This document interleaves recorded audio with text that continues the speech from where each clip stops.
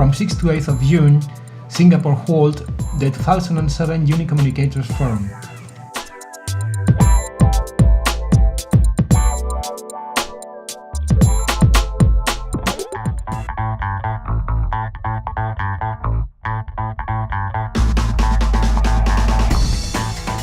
Musical computers meeting each other. With the issue of online campaigning from the perspective of people who have actually been there and done it and telling us their experiences. Cynthia Kane from SEIU introduced us to some workers' problems in the United States. You'll find, if you look at the situation in the U.S., there's a real crisis with working people in the U.S. Nowadays. And so workers at SEIU said, listen, the only way we can really strengthen our union is by working with unions and workers in other countries who do the same work as we do. Group for Security Care, Value Nurses, and Organizing Cleaners were some of the campaigns Cynthia talked about. Or a network that UNI created called the Alliance for Justice at Group for Security Care. And I think that this is just a tool that we're just beginning to tap into.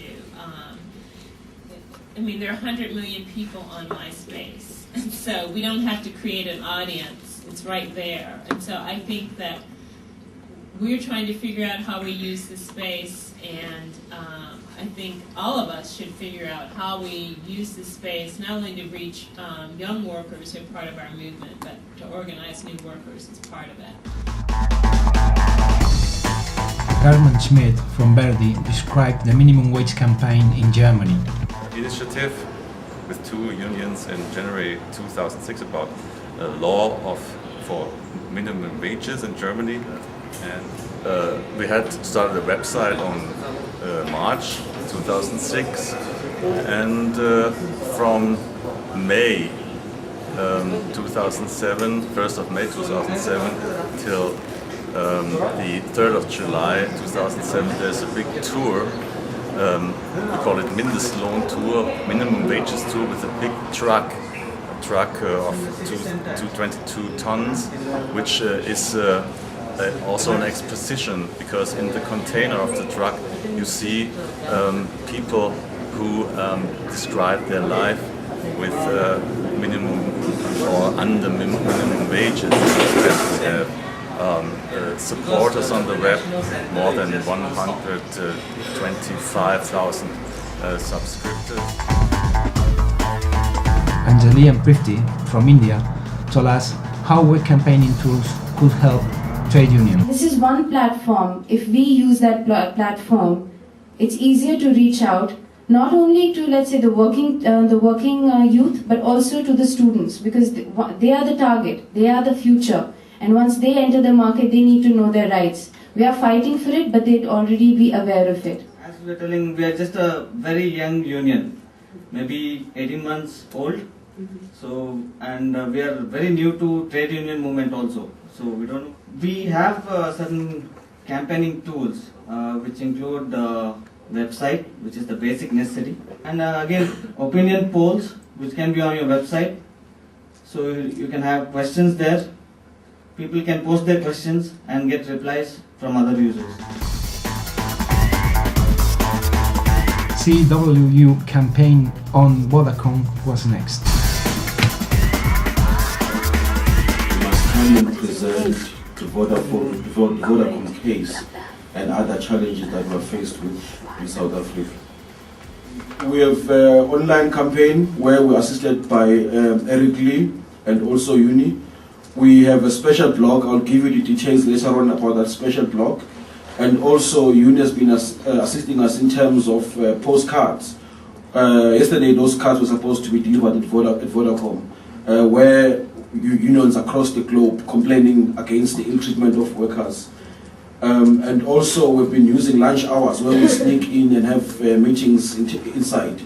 But the G4 Securico, they've been very brutal. They will, run around Vodacom premises with AK-47.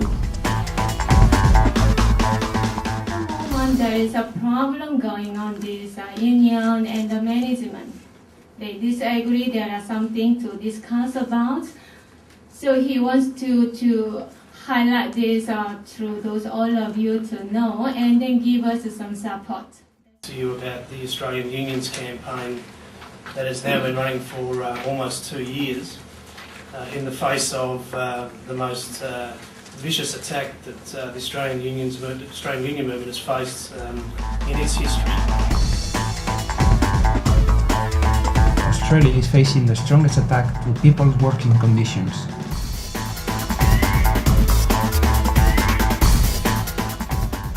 It has brought us together like never before. It challenges our very survival. If we can't access the workplace, if we can't have a number of our rights enshrined, if we can't collectively bargain. So the first things we had to do was to actually get to the Australian public and let them understand that they were under attack, and that indeed we had to raise the level of awareness to make this an issue. For tomorrow night's shift. So if you think that you and your family are safe, But who's going to look after my kids? think again. You can't sack me. Really?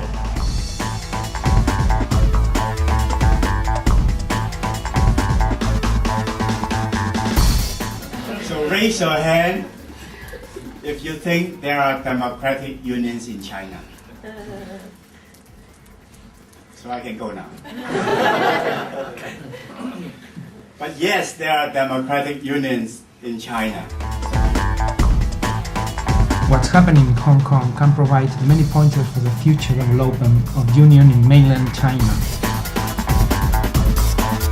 So both federations were so politically oriented that they did not look after the workers' rights.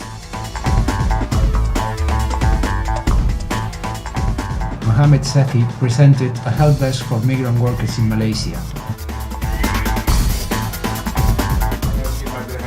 We also work very closely with the embassy. It's very important for us to work with the embassy. We are not working alone, but we are working with the government. We are working with embassy. This is very important. E-Unions, a website with answers and resources for union work workers.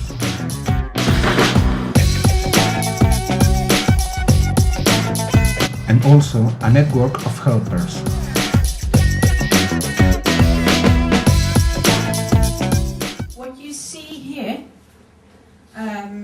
Is the front page of all the Wageindicator's worldwide. We're now in roughly 20 countries. They all have eyes. Of course, the Wageindicator project is now running in 17 countries worldwide.